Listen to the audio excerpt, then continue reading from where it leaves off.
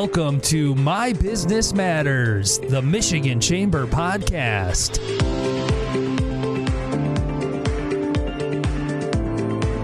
Welcome to today's podcast. I'm Jim Holcomb, President and CEO of the Michigan Chamber of Commerce. And today we're going to be talking to three great resources on a key pending legislative proposal that could dramatically change the way business of all sizes, industries, and types here in Michigan use independent contractors. Not to mention, any changes could diminish the flexibility and options that workers have come to really enjoy. So a big welcome today to our panelists, my colleague, Wendy Block. She is our Senior Vice President of Business Advocacy at the Michigan Chamber. Mike Pomerantz, Public Engagement Manager for DoorDash, and we all know they're a popular delivery and takeout service. And Mike, if I'm being honest, I know your service all too well, and maybe I shouldn't, but I am well aware, and anybody who hasn't used it certainly should. And Crandall, the Executive Vice President of Government Relations for the Homebuilders Association of Michigan, a very important industry here in Michigan, and Dawn is a very well-respected advocate for her members here and around Lansing. So to the three of you, thanks for joining me. Thank you. Wendy, let's start with you. You know, we're talking about independent contractors today, and I think a lot of people probably could benefit just from a 30,000-foot view. What is an independent contractor, and what's the gist of the legislation we're talking about? Sure. So an independent contractor is what we refer to as a 1099 worker. They are not an employee. They have the flexibility and freedom to decide how, when, and where they work and how they complete their job. And the Michigan legislature is considering sweeping legislation to reclassify who can and cannot be deemed an independent contractor in our state. They're looking at legislation that is similar to what passed and almost identical to what California passed in 2009, which has created absolute havoc for many independent contractors across their state and the businesses that rely on them. So when we talk about independent contractors, you can think of all sorts of situations. Certainly like the DoorDash situation is a good one, but anyone from insurance agents to traveling nurses and other medical professionals to real estate agents, other professionals like engineers and doctors and CPAs and architects, people who are musicians and freelance writers, and really everything in between. You can think of a lot of different situations. All of these people would need to be classified as an actual employee under this legislation, and would really kill their flexibility and freedom, and the ability to work multiple jobs and have side hustles. So we're really concerned about where this legislation may be going. So it sounds like what you're saying. One, we don't want to follow California, which I think is usually a good rule for all of us. Exactly. But also for the entrepreneurs out here in Michigan, the people, especially after the pandemic, who took hold of their own career and really started to drive their own direction, this is going to limit them. Yeah, you're exactly right. So, this really forces everyone into a centuries-old traditional employee-employer relationship, when very many people enjoy that flexibility and freedom of being able to kind of decide what sort of work they want to be doing and how they're doing on a daily basis. Maybe they just want to work a few days a week and don't want to be, chained to a traditional 9-to-5 job. This says, nope, sorry, not an option. Yeah, and Mike, we're talking with you in DoorDash, which I think many of us have become very familiar with, especially since the pandemic, and we count on you and your workers for convenience, access, and it's probably fair to say the company has become really synonymous with flexibility. How many Dashers do you have at DoorDash right now, and what's the benefit of being an independent contractor situation for them and not an employee? Yeah, well, thank you all for having me here. And to answer the question, we have across the country millions of Dashers and more signing up on the platform every day.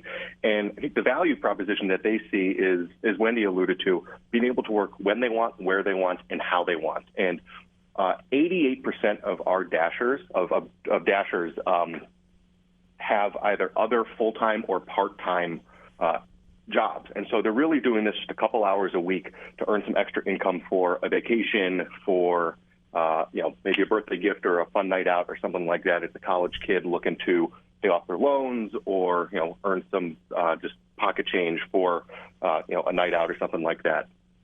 So we've got millions of Dashers all across the country and more signing up every day. And the flexibility does seem to be a real big point. You talk about people and how they utilize it. It feels like it's empowering the worker to really put together a work schedule that benefits them, what works in their life.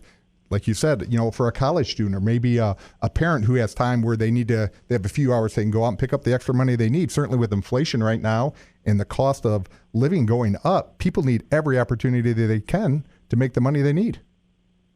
That's exactly right. Our data shows that 90% of Dashers want to remain independent contractors for reasons that you just mentioned.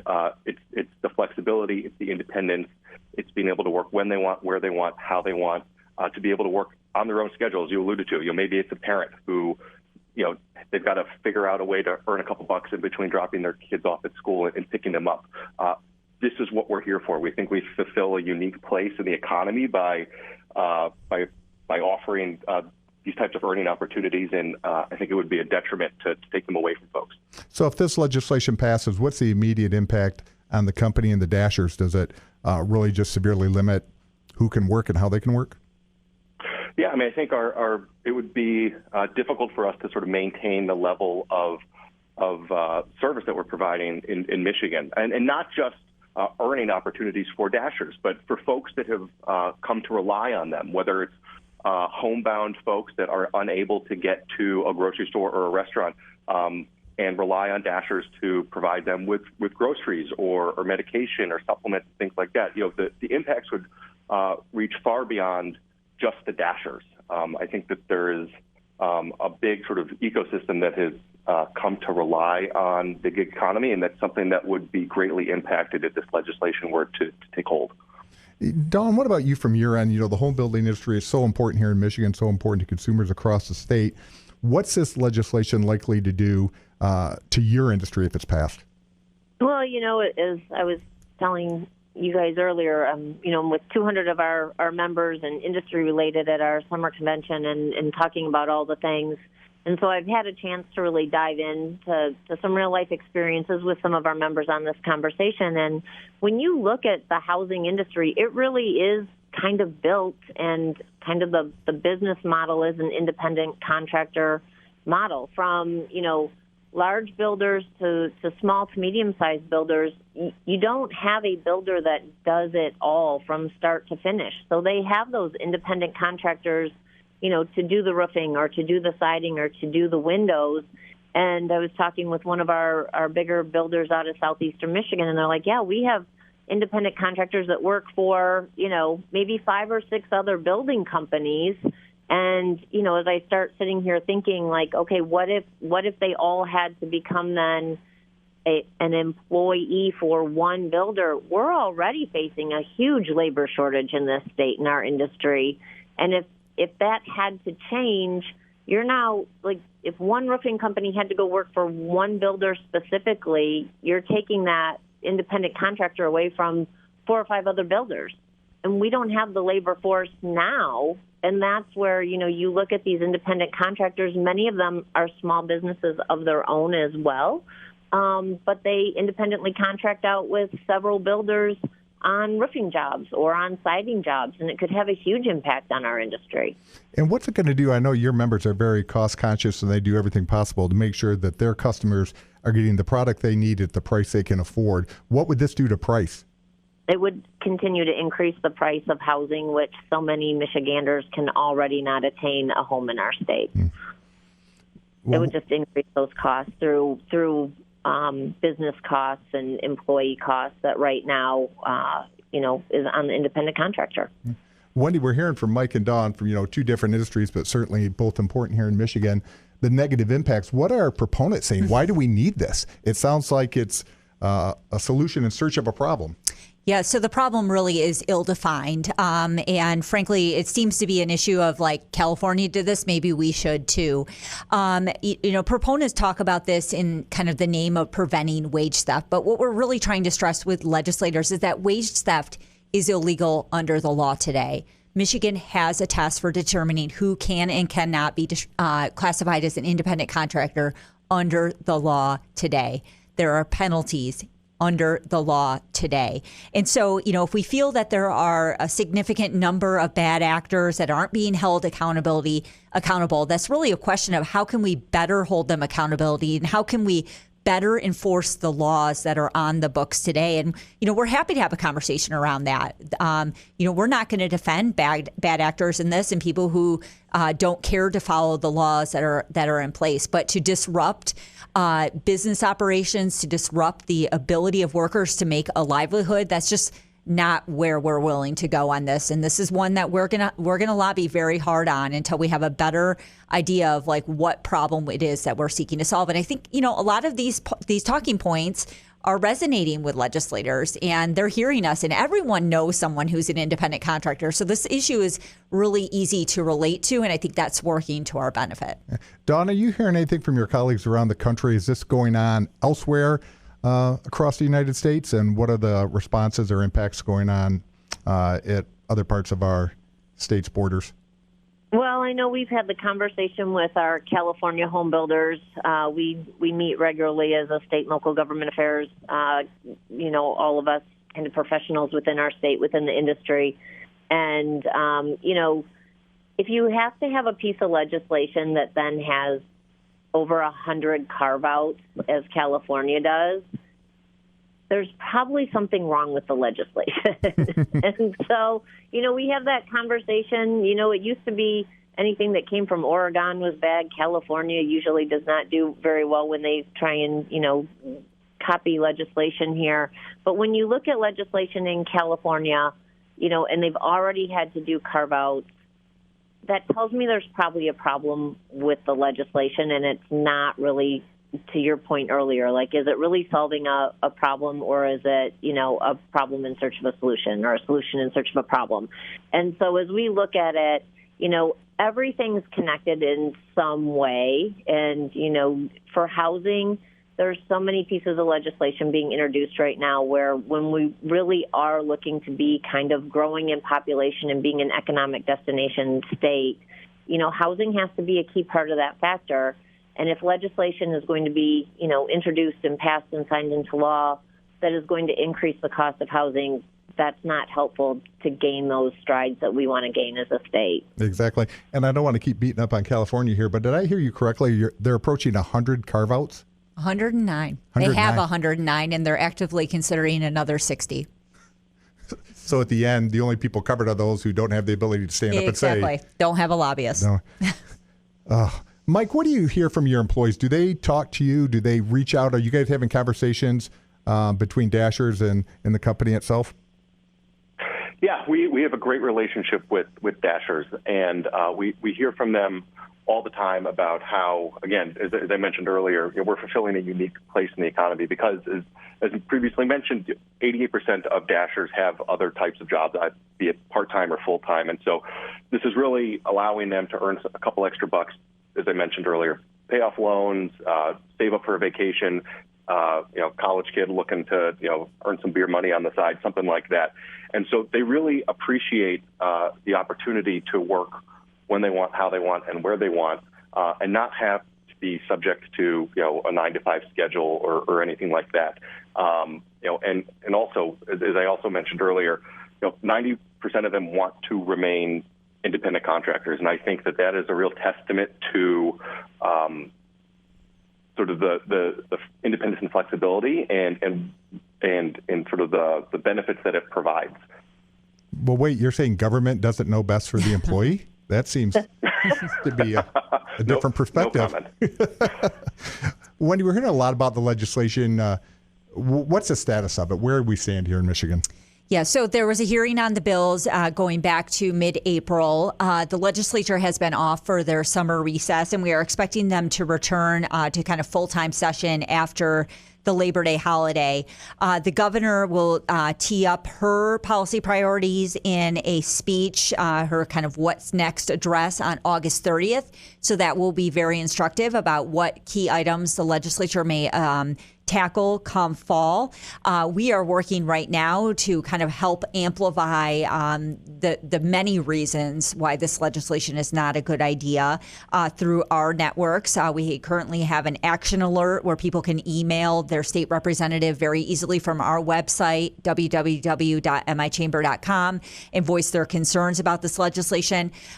We feel like we've made good progress over the summer with a bipartisan group of legislators, but we really need to keep kind of that effort up and to continue to help legislators understand the widespread implications of this legislation, and maybe they should look at doing something else. We need to keep that up over the next few weeks and months. Yeah. Dawn, you've been in Lansing, working for a well-respected association. You have a lot of background in grassroots and mobilizing people. What do you tell the employees who are concerned about this? What's the most important thing they can do in your industry or in any industry when an issue like this hits?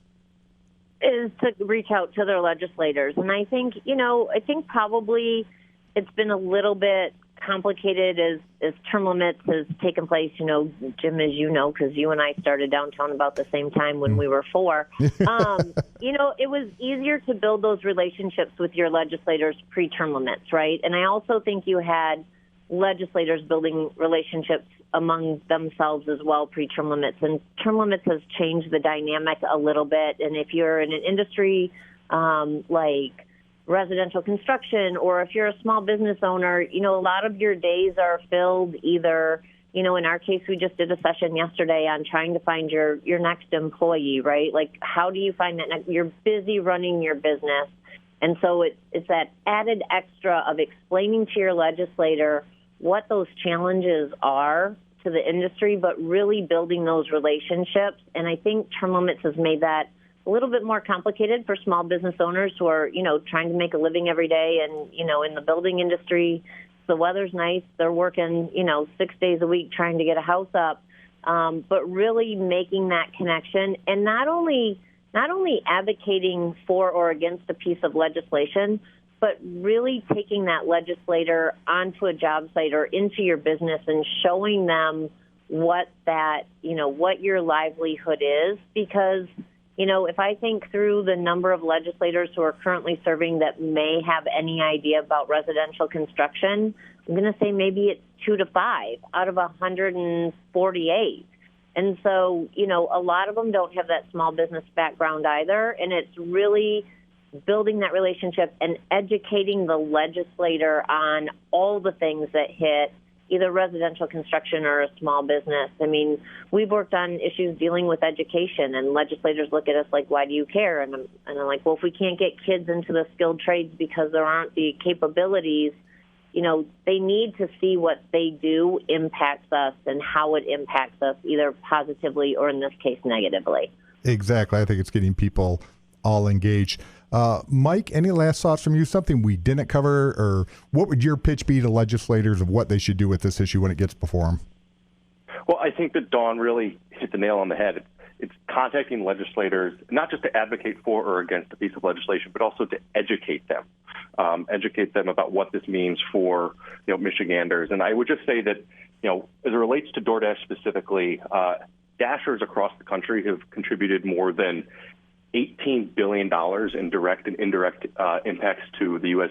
GDP. And so I think this very large impact shows the importance that Dashers play in the economy due to their ability to connect merchants with consumers and generate positive economic activity for local communities.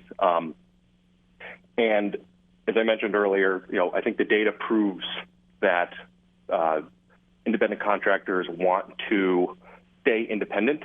And I think that we're going to do everything we can to ensure that DoorDash is able to continue to operate in Michigan, and really that we're able to continue to serve all of the communities that we are in and make sure that folks have continued earning opportunities and we're able to meet the needs of folks that rely on DoorDash. Well, that's well said and great point. But unfortunately with that, we're already out of time on this Independent Contractor Edition. A very special thanks to Wendy, Mike, and Dawn, and to all of you for listening. Make sure to tune in to our next episode, subscribe or like to our podcast for easy notifications.